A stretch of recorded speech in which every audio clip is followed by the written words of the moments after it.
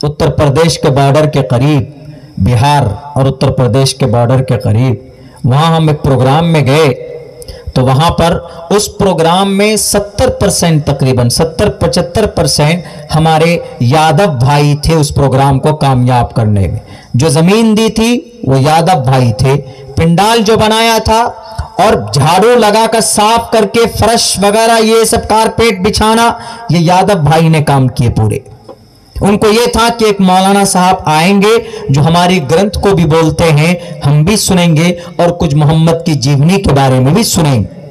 तो उनमें से किसी शख्स ने, कोई शख्स था जो एक एतराज भी लिख करके लाया था। उनको होगी गलतफहमी, मिसकंसेप्ट, मिसअंडरस्टैंडिंग हो गई होगी। उन्होंने ये लिखा था कि हम बहुत रिस्पेक्ट करते हैं, हम जितना अपने प्रभु राम को मानते हैं उतने ही आपके नबी को मानते, मोहम्मद को मानते हैं। इसलिए आज हम लोग सुबह से झाड़ू लेकर साफ सफाई में लग गए हैं और आपके प्रोग्राम को सुनना चाहते हैं। कुछ गलत फहमी है मौलाना, जरा बताइए। हमने कहा पूछिए। तो उन्होंने खैर वही उसी में लिख करके दिया था।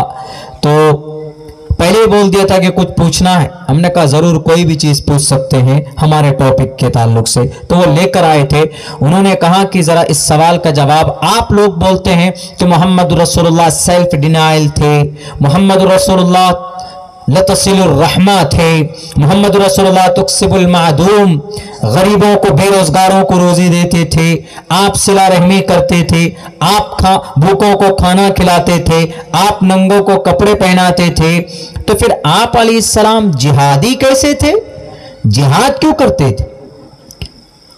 हमने कहा यह खबर कहां से मिली आपको कि मोहम्मद रसूलुल्लाह बड़े जिहादी थे? बोला वो हिंदू को नहीं देख सकते थे, बहुत मारते थे, बहुत कत्ल करते थे, इस तरह की बातें। और दलील में आयत लेकर आए थे वो, या अय्युहन नबिय्यु हर्रिज़िल मुमिनीना अलल क़िताल, ये दलील पेश की थी उन्होंने। बोला ये आपके कुरान में है मौलाना।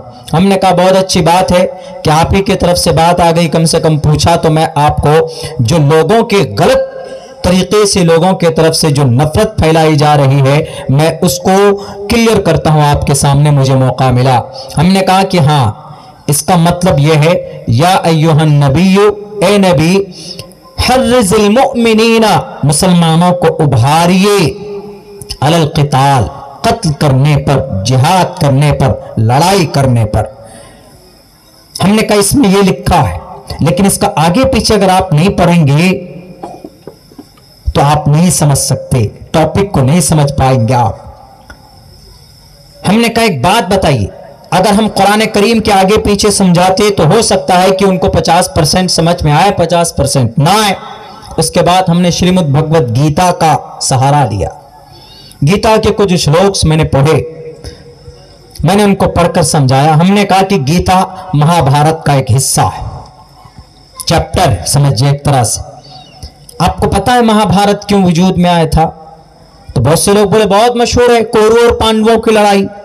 कौरव पांडु जानी दुश्मन नहीं थे, कोई रिलेटिव थे, रिश्तेदार थे, बहुत करीबी रिश्तेदार, भाई भाई भाई, अपने भाई सौतेले भाई। कौरव पांडु, बाप एक ही, मां अलग अलग। उस जमाने में ऐसा होता था, आज भी होता है। किसी की दो बीवी है तो उसके दो बच्चे, आपस में लड़ाई हो गई कौरव और पांडवों की।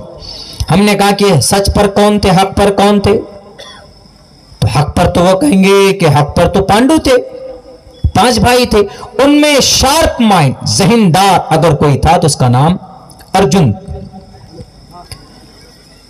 हमने कहा एक बात बताइए, अर्जुन का मन बदल गया था, लड़ाई हो रही थी, खूब लड़ाई हो रही थी। कहां? हस्तिनापुर में, कुरुक्षेत्र के मैदान में।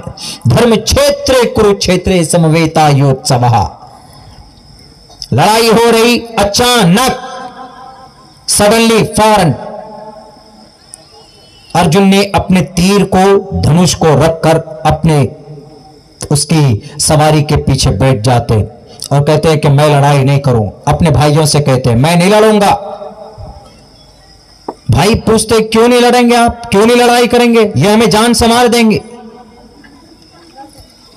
तो कहा कि नहीं मैं लड़ाई नहीं करूं। उसके बाद देखिए कौन आता है,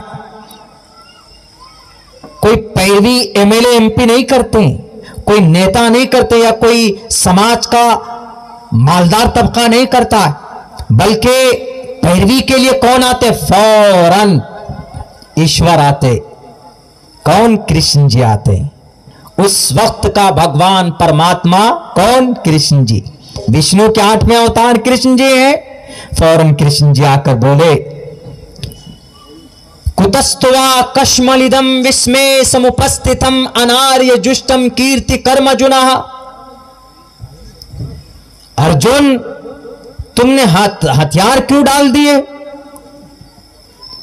किस वजह से? तुम अक्लमंद हो, या तुमको मुक्ति मिल गई, या तुम डर गए इससे सामने वालों से? तो उन्होंने कहा कि माते परमात्मा, हमसे ये मुकाबला नहीं हो सकता, हम नहीं लड़ सकते। क्यों नहीं लड़ सकते? कृष्ण जी कह रहे हैं, अरे गहरे इंसान नहीं मेरे हिंदू भाइयों, कृष्ण जी कह रहे हैं कि अर्जुन, कुतस्तवा कश्मलिदम, बताओ मुझे what is reason and to put down your bows and arrows. What's reason? क्या वजह है?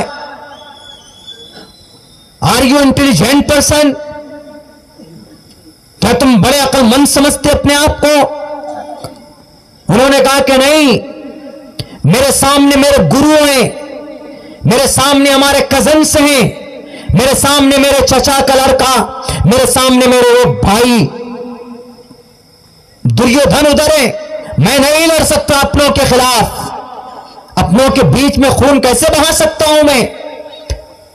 तो श्री कृष्ण जी ने क्या कहा अर्जुन को कि अर्जुन, इस वक्त ये तुम्हारे दोस्त या तुम्हारे रिश्तेदार नहीं है, ये इस वक्त सिर्फ एक शत्रु है, ये इस वक्त एक राक्षस है, ये जमीन पर राक्षस की शक्ल में इंसान है। इनका खात्मा तुम्हारे लिए जरूरी है। अगर इनका खात्मा नहीं होगा तो राक्षस जिंदा रहेंगे। इन्होंने तुमको लूटा, तुमको बेघर किया, तुम्हारे हक हुकूक नहीं दिए, इसलिए तुमको तलवार उठानी पड़ेगी। और यूं कहा, शुद्रो हृदय दौर्बल्यम, उठाओ तीर और धनुष को, कमजोर मत बनो, मैं तुम्हारे साथ हूं। और जिस वक्त ये बातें हो रही थी, उस वक्त ये नहीं कि नॉर्मल बात हो रही थी, कहा जाता है गीता की जुबान में, हमारे हिंदू भाई भी जानते हैं इस बात को, कि जब अर्जुन और कृष्ण जी के बीच में बात हो रही थी तो उसने, कृष्ण जी ने पूरी दुनिया के वक्त को रोक दिया था, क्योंकि बहुत ही संजीदा टॉपिक के ऊपर बात हो रही थी। और जो कहा साफ लफ्जों में, शुद्रो हृदय दौर्बल्यम, उठाओ तीर और तलवार को सामने। सिर्फ तुम्हारे दुश्मन है, तुम्हारे गुरु नहीं है, तुम्हारे चचेरे भाई नहीं, तुम्हारे पुपेरे भाई नहीं है, ये सिर्फ एक जालिम है, दुश्मन है। इनका खात्मा करना तुम्हारा लक्ष्य होना चाहिए। अगर धर्म को बचाना चाहते हो, अगर अमन शांति को बहाल रखना चाहते हो, तो इन जालिमों को, इन राक्षसों को तुमको मारना होगा। तब जाकर अर्जुन उठाए तीर और तलवार को। उन्होंने फिर जो लड़ाई शुरू की है, अर्जुन जी तीर चलाते और कृष्ण जी बने हुए कौन? पायलट बने हुए हैं, ड्राइवर बने हुए हैं, तंबी कर रहे हैं, ऐसे करना है हमला, गाइडलाइन कर रहे हैं, कैसे तुमको इनका मुकाबला करना है। हमने कहा कि बताइए आप किसको गलत कहेंगे? एक कृष्ण जी, एक परमात्मा गलत हो सकता है? इंसानों को मारने की बात कर सकता? दुर्योधन इंसान था कि नहीं था? वो गलती किया, लेकिन मारने की परमिशन कैसे दी गई? लेकिन उनका पाप, उनका जुल्म बढ़ गया था। कौरवों का पांडवों के जरिए से उनका खात्मा कराना था। तो कृष्ण जी आए, आकर कहा कि उठाओ तलवार। वहां पर गीता में कृष्ण जी ने कहा, शुद्रो हृदय दौर्बल्यम। बिल्कुल सेम इसी तरीके से मोहम्मद रसूलुल्लाह सल्लल्लाहु अलैहि वसल्लम के जमाने में, उनके जमाने में कुछ ऐसे लोग थे जो मुआदा हुआ था कि हम लड़ाई नहीं करेंगे, हम खिलाफ वर्जी नहीं करेंगे, मुआदे के खिलाफ नहीं जाएंगे, हम इत्तिहाद के साथ रहेंगे, मुत्तहिद होकर लड़ेंगे, हम कोई भी बदअहदी नहीं करेंगे, पीछे से कोई साजिशें नहीं रचेंगे। उस वक्त यह जायज था कि अगर कोई बदअहदी करे, अगर कोई लड़ाई उस वक्त के संगठन के खिलाफ जाए, उस वक्त के जो सुलह होते थे उसके खिलाफ जाए, तो उस वक्त उनके खिलाफ तलवार उठाने की इजाजत थी। अल्लाह तबारक व तआला ने या अय्युहन नबी हर्रिज़िल मुअमिनीना अलल क़िताल, उन लोगों के लिए कहा गया जो मोहम्मद रसूलुल्लाह के खात्मे की बात करते थे, जो कुरान को मिटाने की बात करते थे, जो इंसानियत को खत्म करने की बात करते थे, उनके लिए अल्लाह तबारक व तआला ने कहा, ए नबी उठो और मुसलमानों को कहो कि क़िताल करो इन जालिमों के लिए। जैसे गीता में अर्जुन को कृष्ण जी के जरिए से आदेश दिया जाता है, शुद्रो हृदय दौर बल्लियाना, तलवार उठाकर इनका खात्मा करो, सेम इसी तरीके पर कुरान करीम में अल्लाह के नबी अलैहिस्सलातु वस्सलाम का ऑर्डर दिया जाता है। हमने कहा कि बताइए हमारे यादव भाई, कौन गलत? कुरान गलत की गीता गलत?